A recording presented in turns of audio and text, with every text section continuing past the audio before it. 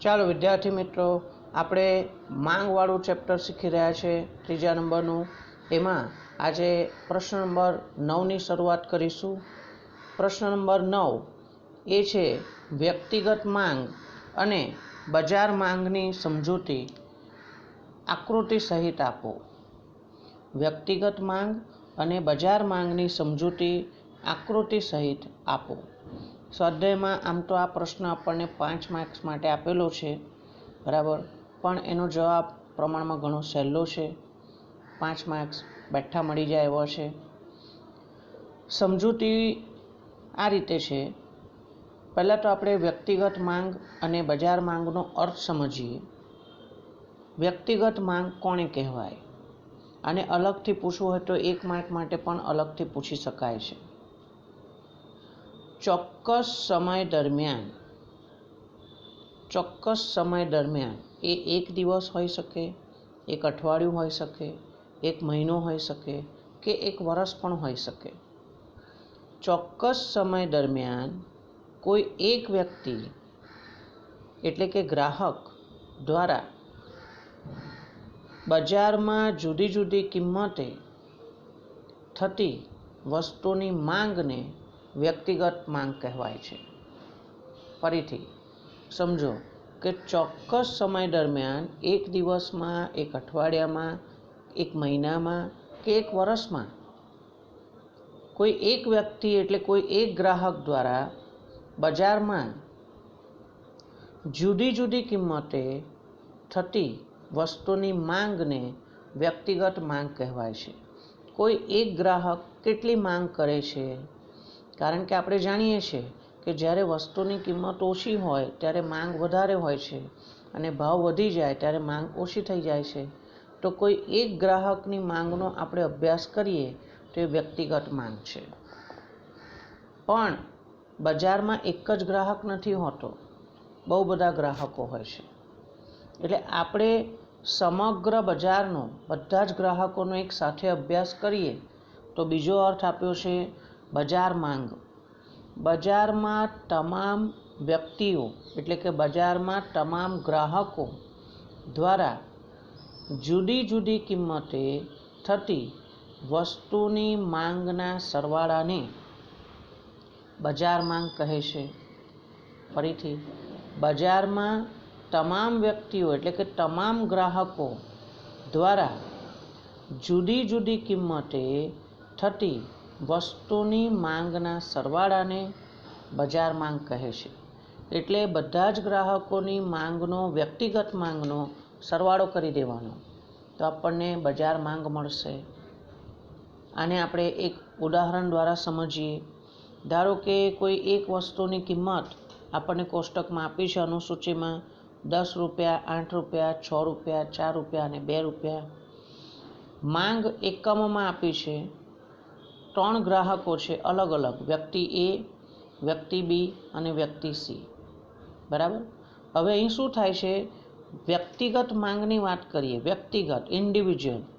તો એ વ્યક્તિની માંગ જ્યારે 10 રૂપિયા કિંમત હોય ત્યારે એ વ્યક્તિ કેટલી માંગ કરે છે? 1 એકમ. કિંમત ઘટીને 8 થાય છે તો 2 એકમ ખરીદે છે. કિંમત હજુ ઘટીને 6 રૂપિયા થાય છે તો એ વ્યક્તિ કેટલી માંગ કરે છે? 3 એકમ. કિંમત ઘટીને 4 થાય છે તો માંગ 4 થાય છે 3થી વધીને. કિંમત 4થી ઘટીને 2 થાય છે તો માંગ 4થી વધીને 5 થાય છે. અહીં શું થાય છે? જેમ જેમ કિંમત ઘટતી જાય છે એ વ્યક્તિની માંગ વધતી જાય છે. આવું જ બી વ્યક્તિની માંગ આપ્યું છે, ઇન્ડિવિજ્યુઅલ ડિમાન્ડ, વ્યક્તિગત માંગ. ફક્ત બી વ્યક્તિને ધ્યાનમાં રાખો તો 10 રૂપિયા કિંમતે બી વ્યક્તિની માંગ છે 2, 8 રૂપિયા કિંમત હોય ત્યારે 3, 6 રૂપિયા કિંમત હોય ત્યારે 4, 4 રૂપિયા કિંમત હોય ત્યારે 5 અને 2 રૂપિયા કિંમત હોય ત્યારે બી વ્યક્તિની માંગ કેટલી છે? 6 એકમ. આ બી વ્યક્તિની એકલાની માંગ છે. એવી રીતે સી વ્યક્તિની વાત કરીએ તો સી વ્યક્તિ 10 રૂપિયાની કિંમતે 3 એકમોની માંગ કરે છે, 8 રૂપિયાની કિંમતે 4 એકમોની, 6 રૂપિયા કિંમત થાય છે, કિંમત ઘટે છે તો માંગ વધારીને 5 કરે છે, કિંમત ઘટીને 4 થાય છે તો માંગ 6 થાય છે અને કિંમત સૌથી ઓછી હોય 2 રૂપિયા ત્યારે સી વ્યક્તિની માંગ છે 7 એકમ. આ ફક્ત સી વ્યક્તિની વ્યક્તિગત માંગ છે, બરાબર. એટલે આ એક વ્યક્તિની માંગ ધ્યાનમાં લઈએ તો વ્યક્તિગત માંગ છે, પણ આપણે શું કરીએ છીએ, બજાર માંગ શોધવા માટે આપણે આ ત્રણેય ગ્રાહકો એવું ધારી લઈએ કે ભાઈ બજારમાં 3 જ ગ્રાહકો છે, તો આ ત્રણેય ગ્રાહકોની માંગનો સરવાળો કરી દેવાનો. બધા ભેગા કરી દો તો જુઓ, 10 રૂપિયા કિંમત હોય ત્યારે એના 1, બીના 2 અને સીના 3. 3 ને 2 5 ને 1 6. કુલ બજાર માંગ કેટલી થઈ ગઈ? 6 એકમ. પડી ખબર? ધારો કે કિંમત 8 રૂપિયા થઈ તો એ વ્યક્તિની માંગ કેટલી છે? 2, બી વ્યક્તિની 3, સી વ્યક્તિની કેટલી છે? 4. આ બધાનો સરવાળો કરો. 4 ને 3 7 ને 2 9. એટલે બજાર માંગ થઈ ગઈ 9. આવી રીતે જ્યારે કિંમત 6 છે ત્યારે એના 3, બીના 4, સીના 5, 5 ને 4 9 ને 3 12. કુલ બજાર માંગ થઈ ગઈ 12 એકમ. જ્યારે કિંમત ઘટીને 4 થઈ ત્યારે એના 4, બીના 5, સીના 6, 6 ને 5 11 ને 4 15. કુલ બજાર માંગ શું કરવાનું? આ ત્રણેયનો સરવાળો કરવાનો. બહુ ઇઝી કન્સેપ્ટ છે. વ્યક્તિગત માંગ એટલે એક વ્યક્તિની માંગ અને બજાર માંગ એટલે બધા ગ્રાહકોની માંગનો સરવાળો.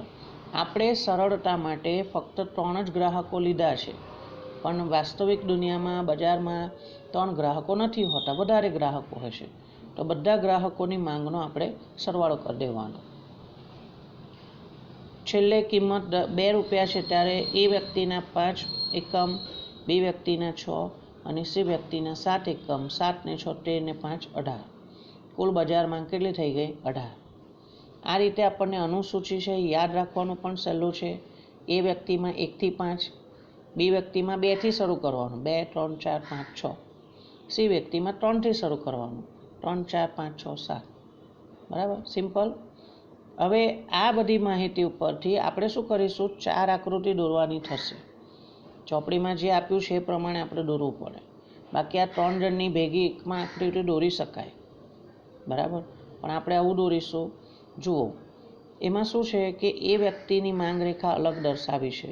નીચે તમે જોશો આકૃતિમાં તો આડી ધરી એક્સ ધરી પર માંગ લીધી છે, ઊભી ધરી પર વાય ધરી પર કિંમત દર્શાવ્યા છે. કિંમત એટલે વાય ધરી પર એક લાઈન 1 સેમી બરાબર 2 2નું માપ લીધું છે, 2 4 6 8 10. આડી ધરી એક્સ ધરી પર 1 સેમી બરાબર 1 એકમ, 1 2 3 4 5 એ રીતે માપ લીધેલું છે. હવે એ વ્યક્તિની માંગ રેખા દોરવા માટે આપણે કિંમત અને એ વ્યક્તિની માંગને ધ્યાનમાં લઈએ તો 10 રૂપિયા કિંમત હોય ત્યારે એ વ્યક્તિની માંગ 1 છે. એટલે તમે જુઓ, 10 રૂપિયા કિંમત આડી લાઈન અને ઊભી લાઈન 1 રૂપિયો કિંમત, 1 એકમ માંગ. 10 રૂપિયા કિંમત અને 1 એકમ માંગ. જ્યાં બંને છેદે છે ત્યાં એક પોઈન્ટ દર્શાવ્યું છે, પોઈન્ટ એ, સ્મોલ એ. બીજું, 8 રૂપિયા કિંમતે 2 એકમ માંગ છે, એટલે 8 રૂપિયાની આડી લાઈન અને 2 એકમની ઊભી લાઈન, આ બંને જ્યાં સ્પર્શે છે ત્યાં બી બિંદુ દર્શાવ્યું છે. એવી રીતે 6 રૂપિયા કિંમતે માંગ કેટલી છે? 3 એકમ, 6 આડી લાઈન, 3 ઊભી લાઈન. આવી રીતે યાદ રાખો. અને જ્યાં અડકે છે ત્યાં ટપકું એ પોઈન્ટ મૂકો, પોઈન્ટ સી. 4 રૂપિયાની કિંમત આડી લાઈન અને 4 એકમ માંગ ઊભી લાઈન, 4 4 આડી લાઈન ઊભી લાઈન. જ્યાં બંને એકબીજાને અડકે છે ત્યાં બિંદુ ડી લખી દો, પોઈન્ટ ડી. અને છેલ્લો છે 2 રૂપિયા કિંમત અને 5 એકમ માંગ, 2ની આડી લાઈન, 5ની ઊભી લાઈન. આડી ઊભી લાઈન જ્યાં ભેગા થાય ત્યાં બિંદુ ઈ લખેલું છે. આ બધા બિંદુઓને જોડતા આપણને મળે છે માંગ રેખા, જેને આપણે ડીડી કહીએ છીએ. ડીડી, કેપિટલ ડી ઉપર લખ્યો છે, કેપિટલ ડી નીચે પણ લખ્યો છે. આ એ વ્યક્તિની માંગ રેખા છે. એક્ઝેક્ટલી આ જ રીતે વ્યક્તિ બીની માંગ રેખા દોરવામાં આવી છે, બરાબર. કિંમત લેવાની અને વ્યક્તિ બીની માંગ જે છે એ આપણે આકૃતિમાં દર્શાવવાના. ફરીથી આડી ધરી પર એક્સ ધરી પર માંગ દર્શાવ્યા છે, ઊભી ધરી પર કિંમત દર્શાવેલ છે.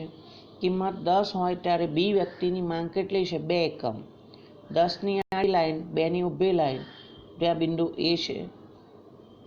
₹8 કિંમતે બી વ્યક્તિની માંગ 3 એકમ છે.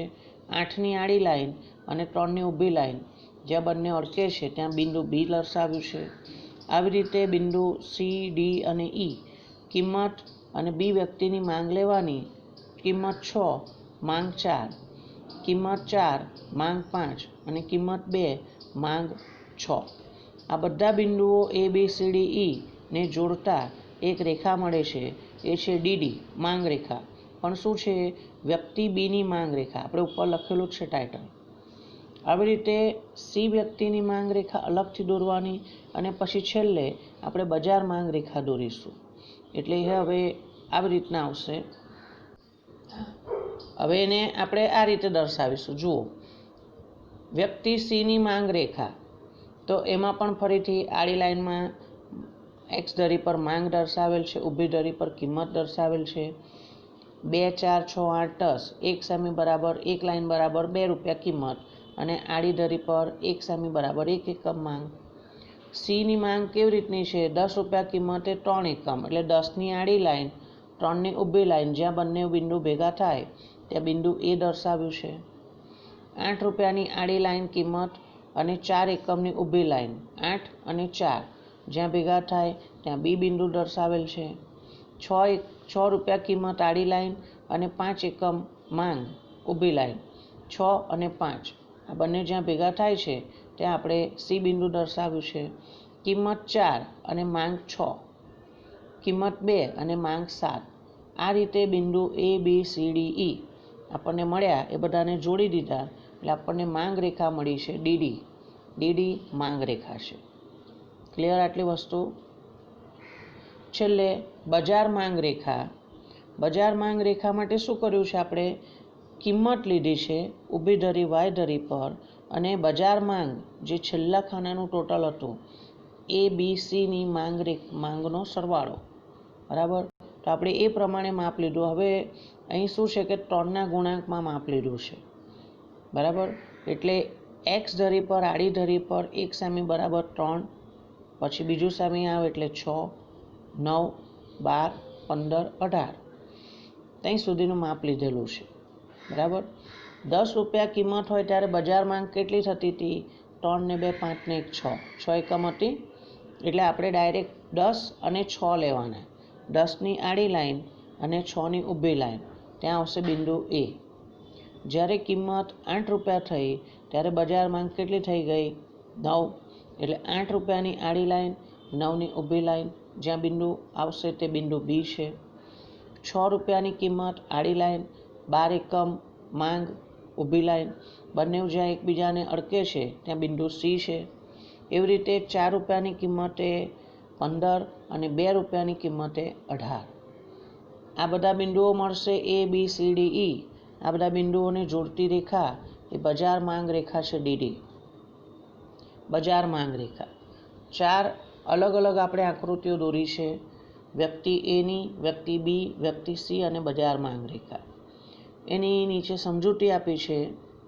ઉપરયુક્ત અનુસૂચિમાં એ, બી અને સી વ્યક્તિની જુદી જુદી કિંમતે માંગ રજૂ કરવામાં આવી છે. ઉપરયુક્ત અનુસૂચિમાં જે કોષ્ટક બનાવ્યું હતું એમાં જુદી જુદી કિંમતે એ વ્યક્તિ હોય, બી વ્યક્તિ હોય કે સી વ્યક્તિ હોય કેટલી માંગ કરે છે તે રજૂ કરવામાં આવી છે. બજાર માંગ એટલે શું છે? તો એ, બી અને સી આ 3 વ્યક્તિઓ અલગ અલગ છે. આ 3 વ્યક્તિઓની વ્યક્તિગત માંગનો સરવાળો પણ આપણે રજૂ કર્યો છે.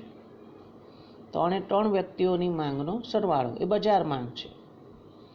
આ અનુસૂચિ પરથી એવું સ્પષ્ટ થાય છે કે એ વ્યક્તિની વ્યક્તિગત માંગ રેખા, બી વ્યક્તિની વ્યક્તિગત માંગ રેખા અને સી વ્યક્તિની વ્યક્તિગત માંગ રેખા આ 3 આપણે અલગ અલગ દોરી શકીએ છીએ. એનું નિર્ધારણ જુદી જુદી આકૃતિઓ દ્વારા કરવામાં આવ્યું છે. 3 માટે આપણે અલગ અલગ આકૃતિઓ દોરી છે. ઉપરાંત અનુસૂચિ મુજબ કુલ માંગ રેખા, જેને આપણે બજાર માંગ રેખા કહીએ છીએ, એ કુલ માંગ છે. કુલ ગ્રાહકો દ્વારા થતી માંગોનો સરવાળો. બજાર માંગ રેખાનું નિર્ધારણ પણ કરવામાં આવ્યું છે. આ તમામ માંગ રેખાઓ જેવી કે એ વ્યક્તિની હોય, બી વ્યક્તિની હોય, સી વ્યક્તિની હોય અને બજાર માંગ રેખા, તમે જોશો કેવો શેપ છે એનો, ઢાળ કેવો છે, ઋણ ઢાળ છે. આપણે એવું શીખી ગયા છે માંગ રેખાનો ઢાળ કેવો હોય છે, ઋણ ઢાળ, જેવું બતાવે છે કે કિંમત અને માંગ વચ્ચે વ્યસ્ત સંબંધ છે. કિંમત ઓછી થતી જાય છે અને માંગ વધતી જાય છે. માંગ રેખાનો ઋણ ઢાળનો મતલબ માંગ રેખા ડાબી બાજુ ઉપરથી જમણી બાજુ નીચે તરફ આવવી જોઈએ. ડાબી બાજુ ઉપરથી જમણી બાજુ નીચે તરફ આવે તો એ માંગ રેખાનો ઋણ ઢાળ દર્શાવે છે. ઓકે, આ પ્રશ્નની સમજૂતી પૂરી થઈ કે વ્યક્તિગત માંગ અને બજાર માંગની સમજૂતી આપો. ચાલો હવે પ્રશ્ન નંબર 10. આગળનો પ્રશ્ન છે, માંગની મૂલ્ય સાપેક્ષતાનો અર્થ આપી તેના પ્રકારો આકૃતિ સહિત સમજાવો. માંગની મૂલ્ય સાપેક્ષતાનો અર્થ આપીને તેના પ્રકારો આકૃતિ સહિત સમજાવો. આ ચેપ્ટરનો થોડો અઘરો કહી શકાય એવો પ્રશ્ન છે આ, પણ 5 માર્કના પ્રશ્નમાં પૂછી શકાય છે આ ચેપ્ટરમાંથી પ્રશ્ન. 5 માર્કનો પ્રશ્ન છે. સૌથી પહેલાં હું તમને માંગની મૂલ્ય સાપેક્ષતાનો પરિચય આપું, ઇન્ટ્રોડક્શન, પ્રસ્તાવના, કે આપણે માંગના નિયમમાં શું શીખ્યા કે માંગનો નિયમ આપણને એવું સમજાવે છે કે જો અન્ય પરિબળો યથાવત રહે, સ્થિર રહે, તો વસ્તુની કિંમત અને વસ્તુની માંગ વચ્ચે વ્યસ્ત સંબંધ રહેલો છે. એટલે કે વસ્તુની કિંમત ઘટે તો માંગનું સંકોચન થાય અને વસ્તુની કિંમત ઘટે તો માંગનું વિસ્તરણ થાય અને વસ્તુની કિંમત વધી જાય તો માંગનું સંકોચન થાય છે. બરાબર. પણ હવે માંગનો નિયમ શું નથી સમજાવતો કે આપણે ધારો કે કિંમત 5 રૂપિયાથી 10 રૂપિયા કરી દઈએ અને માંગ 50 એકમથી 40 એકમ થઈ ગઈ. બરાબર, સમજો. કિંમત મેં શું કર્યું ખબર, 5 રૂપિયાથી વધારીને 10 કરી દીધી, તો માંગ ઘટવાની છે. માંગ 50થી ઘટીને 40 થઈ ગઈ. શું આપણે એવું કહી શકીશું કે કિંમત કેટલા ટકા વધી? શું આપણે એવું કહી શકીશું કે માંગ કેટલા ટકા ઘટી? ટકાવારી ફેરફાર એ આપણને માંગનો નિયમ સમજાવતું નથી. તો એ ટકાવારી ફેરફાર માંગની મૂલ્ય સાપેક્ષતા સમજાવે છે. એટલે આપણે આમાં એવું સમજવાના છે કે કિંમતમાં ફેરફાર થયો કેટલા ટકા, માંગમાં ફેરફાર થયો કેટલા ટકા, એટલે ટકાવારીમાં દર્શાવીશું. બરાબર. તો એ આ ટોપિક છે માંગની મૂલ્ય સાપેક્ષતા. જોઈએ આપણે જવાબ. માંગની મૂલ્ય સાપેક્ષતા કોઈ પણ વસ્તુની કિંમત અને માંગ વચ્ચેનો પ્રમાણાત્મક સંબંધ દર્શાવે છે. પ્રમાણાત્મક એટલે કિંમતમાં અને માંગમાં કેટલા પ્રમાણમાં, કેટલા ટકામાં ફેરફાર થયો છે. જો 1 માર્કનો અર્થ પૂછ્યો હોય તો અર્થ છે માંગની મૂલ્ય સાપેક્ષતા એટલે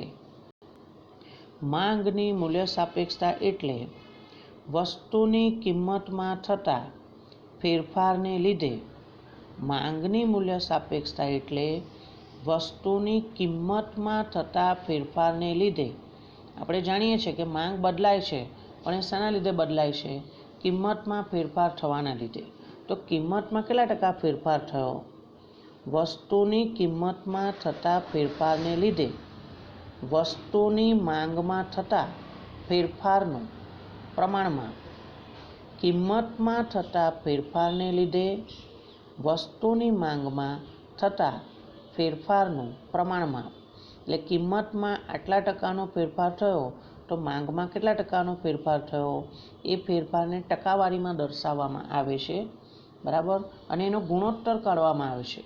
ગુણોત્તર એટલે અંશ છેદમાં લખવામાં આવે છે. એટલા માટે માંગની મૂલ્ય સાપેક્ષતાનું સૂત્ર આપ્યું છે. આ સૂત્ર 1 માર્ક માટે અલગથી પૂછી શકાય. માંગની મૂલ્ય સાપેક્ષતા બરાબર માંગમાં થતો ટકાવારી ફેરફાર, એ ઉપર રાખ્યો છે અંશમાં, અને નીચે છેદમાં કિંમતમાં થતો ટકાવારી ફેરફાર. સૂત્ર ફરી એકવાર, માંગની મૂલ્ય સાપેક્ષતા બરાબર માંગમાં થતો ટકાવારી ફેરફાર છેદમાં કિંમતમાં થતો ટકાવારી ફેરફાર. બરાબર. હવે અહીં આપણે એ વાત પણ ધ્યાનમાં રાખવાની છે કે કિંમત અને માંગ વચ્ચે જે ફેરફાર થાય છે ને એ વ્યસ્ત પ્રમાણમાં છે. એટલે જો કિંમતમાં ઘટાડો થાય તો કિંમતનો ટકાવારી ફેરફાર માઇનસમાં હોય અને માંગ વધવાની છે એટલે માંગનો ટકાવારી ફેરફાર પોઝિટિવ હોય. પણ કોઈક વખત એવું થાય કિંમતમાં વધારો થયો એટલે કિંમતમાં ટકાવારી ફેરફાર પોઝિટિવ છે, પણ કિંમત વધે તો માંગ ઘટવાની છે એટલે માંગમાં થતો ટકાવારી ફેરફાર કેવો હોય? માઇનસમાં આવશે.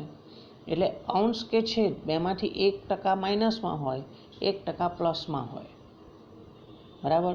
પણ આપણે વ્યવહારમાં માઇનસ સાઇનને ઇગ્નોર કરવાની, અવગણના કરવાની, એને ધ્યાનમાં નહીં લેવાની. એટલે બધા જવાબ માઇનસમાં જ આવવાના છે, તો આપણે માઇનસ સાઇનને ધ્યાનમાં લેવાની નહીં. હવે માંગની મૂલ્ય સાપેક્ષતાના મુખ્ય પ્રકારો આકૃતિ સહિત સમજાવવાના છે. જે આપણને 5 માર્કનો મુખ્ય પ્રશ્ન છે, તો માંગની મૂલ્ય સાપેક્ષતાના આપણે 5 પ્રકાર સમજીશું. એમાંથી પ્રકાર નંબર 1 એ છે મૂલ્ય સાપેક્ષ માંગ. હવે મૂલ્ય સાપેક્ષ માંગ કોને કહેવાય? તેનો અર્થ આપણને આપેલો છે કે જ્યારે વસ્તુની કિંમતમાં થતા ટકાવારી ફેરફાર કરતાં વસ્તુની માંગમાં થતો ટકાવારી ફેરફાર વધુ હોય છે. સમજો બરાબર. કિંમતમાં થતા ટકાવારી ફેરફાર કરતાં વસ્તુની માંગમાં થતો ટકાવારી ફેરફાર વધુ હોય છે તો તેને મૂલ્ય સાપેક્ષ માંગ કહેવાય છે. એનો જવાબ બ્રેકેટમાં જુઓ લખ્યું છે ઈપી. ઈપી એને છે ને અંગ્રેજીમાં ઇલાસ્ટિસિટી ઓફ ડિમાન્ડ કહે છે અને પ્રાઇસ ઇલાસ્ટિસિટી ઓફ ડિમાન્ડ, બરાબર, પ્રાઇસ ઇલાસ્ટિસિટી ઓફ ડિમાન્ડ એને ટૂંકમાં આપણે ઈપી વડે દર્શાવીશું, માંગની મૂલ્ય સાપેક્ષતા. અને એનો જવાબ બ્રેકેટમાં લખ્યો છે ઈપી ગ્રેટર ધેન 1, 1 કરતાં મોટો જવાબ આવે છે. કેમ? હવે એનો અર્થ ફરીથી વાંચું છું કે વસ્તુની કિંમતમાં થતો ટકાવારી ફેરફાર કરતાં માંગમાં થતો ટકાવારી ફેરફાર વધારે છે. એટલે અંશ સૂત્ર જુઓ, માંગમાં થતો ટકાવારી ફેરફાર ધારો કે 25% હોય અને કિંમતમાં થતો ટકાવારી ફેરફાર એનાથી ઓછો લેવાનો, 20%, 15%, 10%. અને તમે ભાગાકાર કરશો તો સ્વાભાવિક છે અંશની કિંમત મોટી હોય, છેદની કિંમત નાની હોય તો જવાબ 1 કરતાં વધારે આવવાનો જ છે. EP greater than 1. તમે આકૃતિમાં જુઓ, આકૃતિમાં એક્સ ધરી પર માંગ દર્શાવેલી છે અને વાય ધરી પર કિંમત દર્શાવ્યા છે. આકૃતિમાં P1P જેટલો વસ્તુની કિંમતમાં વધારો થયો. પહેલાં છે ને આકૃતિમાં જુઓ, જ્યારે P1 કિંમત હતી ત્યારે માંગ હતી M1. કિંમત P1, માંગ M1. હવે કિંમત વધી ગઈ, P1થી વધીને P થઈ ગઈ, એટલે ઉપરની તરફ એરો કરેલો છે. તો માંગ ડાબી તરફ M1થી ઘટીને M થઈ ગઈ. પણ તમે નોટ કરો, જુઓ આકૃતિમાં કે P1થી P કિંમતમાં જે વધારો થયો ને થોડોક જ છે, પણ માંગનો ફેરફાર કેટલો મોટો છે. જુઓ એરિયા, જુઓ એનો M1થી M આ બંને વચ્ચેનો એરિયા મોટો છે. એટલે માંગમાં થતો ટકાવારી ફેરફાર મોટો છે અને કિંમતમાં થતો ટકાવારી ફેરફાર ઓછો છે. આ માંગની મૂલ્ય સાપેક્ષ માંગનો અર્થ સમજવાનો. EP greater than 1. હવે આવું કોના માટે હોય છે? તો મોજશોખની વસ્તુઓ હોય, મનોરંજનની વસ્તુઓ હોય, આરામદાયક વસ્તુઓની માંગ હોય તો એમાં એવું જોવા મળે છે કે એની કિંમતમાં ફેરફાર થાય એના કરતાં માંગમાં વધારે ફેરફાર થાય છે. બરાબર. બીજો પ્રકાર છે મૂલ્ય અનપેક્ષ માંગ. EP less than 1. હવે તમને થોડું જલ્દી સમજાશે. મૂલ્ય અનપેક્ષ માંગ હવે શું બતાવવાનું છે ખબર છે? કિંમતમાં થતો વધારો વધારે છે, કિંમતમાં ફેરફાર વધારે બતાવવાનો અને માંગમાં ફેરફાર ઓછો બતાવવાનો. ચાલો જોઈએ આપણે. મૂલ્ય અનપેક્ષ માંગ વસ્તુની કિંમતમાં ટકાવારી ફેરફાર કરતાં માંગમાં થતો ટકાવારી ફેરફાર ઓછો છે. પડી સમજણ? કિંમતમાં થતો ટકાવારી ફેરફાર વધારે બતાવવાનો અને માંગમાં થતો ટકાવારી ફેરફાર ઓછો બતાવવાનો. એટલે હવે સૂત્રમાં જુઓ તો માંગની ટકાવારી ફેરફાર ધારો કે 20% હોય તો એની નીચે કિંમતમાં ફેરફાર વધારે બતાવવાનો, 25%, 30%. એટલે તમારો આન્સર છે ને પોઈન્ટમાં આવશે. કેલ્ક્યુલેટરમાં ગણવું હોય તો ગણી જોજો. બરાબર? શું કરવાનું? માંગમાં ફેરફાર ઓછા બતાવવાનો અને નીચે કિંમતમાં ફેરફાર વધારે બતાવવાનો. તમે 19-20 લેશો ને તોય જવાબ એવો આવશે. ઉપર 19 લેવાને, નીચે 20 લેવાને. ઉપર 20 લો, નીચે 25 લો. ઉપર 20 લો, નીચે 21 લો. નીચે છેદની કિંમત મોટી લેવાની, 1 નંબર મોટો લેવાનો. તો તમારો જવાબ કેવો આવશે? પોઈન્ટમાં આવશે, 0 પોઈન્ટ. એક્ઝેક્ટ 1 નહીં આવે, 1 કરતાં મોટો નહીં આવે, 1 કરતાં નાનો જવાબ આવશે. EP <1. P થી P1 કિંમતમાં વધારો થાય છે. તમે જુઓ P થી P1 કેટલો મોટો એરિયા છે વાય ધરી પર. કિંમત આટલી બધી વધી છે, એની સામે માંગ થોડીક જ ઘટી છે, M થી M1. PP1 કિંમતમાં વધારો થવાથી માંગમાં MM1 જેટલો ઘટાડો થાય છે. ખાસ કરીને આવું શેમાં જોવા મળે છે? તો જે જીવન જરૂરિયાતની આવશ્યક વસ્તુઓ છે એની કિંમતો ભલે ને વધતી હોય પણ એની માંગમાં એટલો બધો ઘટાડો કરી શકાતો નથી. બીજી બધી મોજ-શોખ કે સુખ સગવડ પર આપણે કાપ મૂકીએ પણ જીવન જરૂરિયાતની વસ્તુઓ તો આપણે ખરીદવી જ પડે. એટલે ભલે ને એની કિંમત વધે પણ એમાં માંગ એટલી બધી ઘટતી નથી.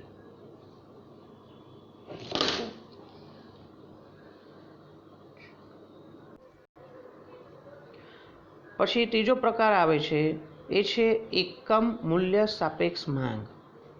હવે એકમ મૂલ્ય સાપેક્ષ માંગ શું છે?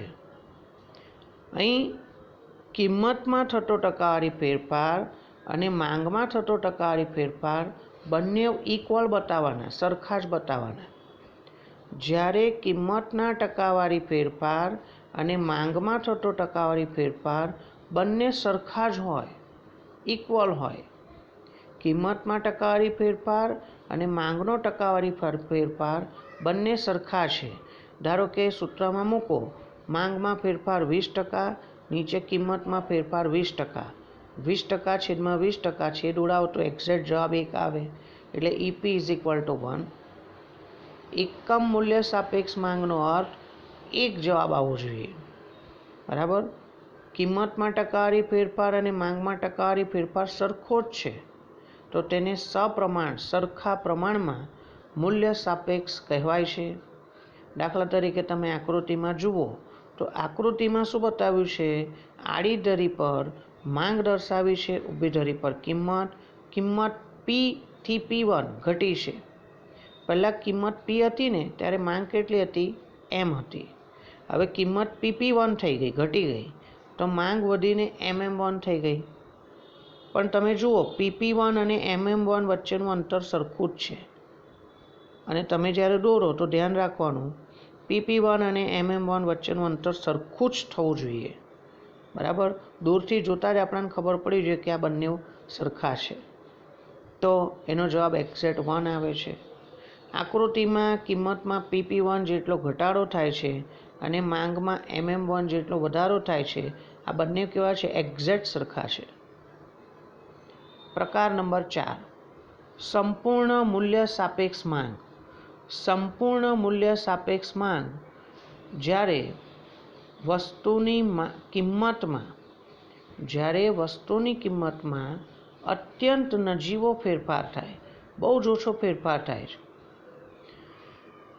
તેની માંગમાં અમર્યાદિત ફેરફાર લાવે છે.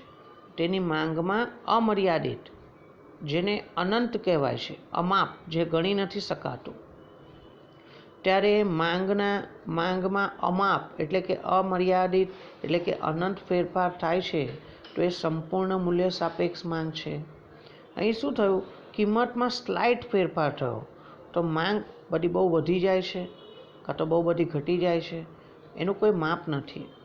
આ કન્સેપ્ટ છે ને થિયોરેટિકલ છે, પ્રેક્ટિકલ દુનિયામાં નથી.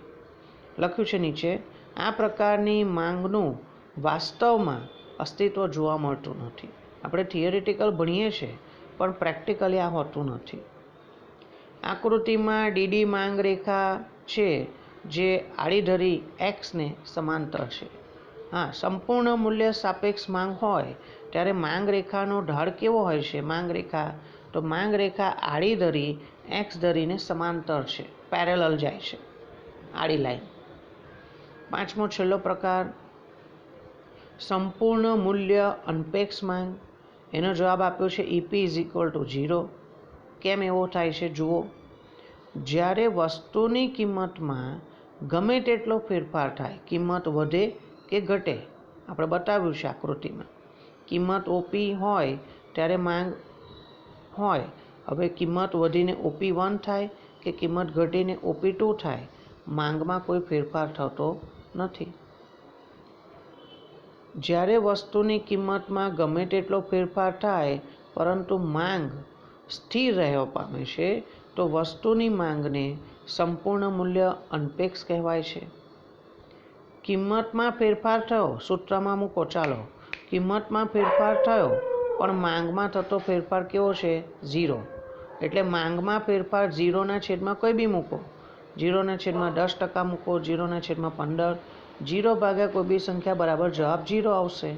એટલે સંપૂર્ણ મૂલ્ય અનપેક્ષ માંગનો જવાબ કેવો છે? EP = 0. આકૃતિમાં ડીડી માંગ રેખા છે જે વાય ધરીને સમાંતર છે, બરાબર, વાય ધરીને સમાંતર. આ રીતે આ બધા માંગની મૂલ્ય સાપેક્ષતાના પ્રકારો છે. Okay, good day.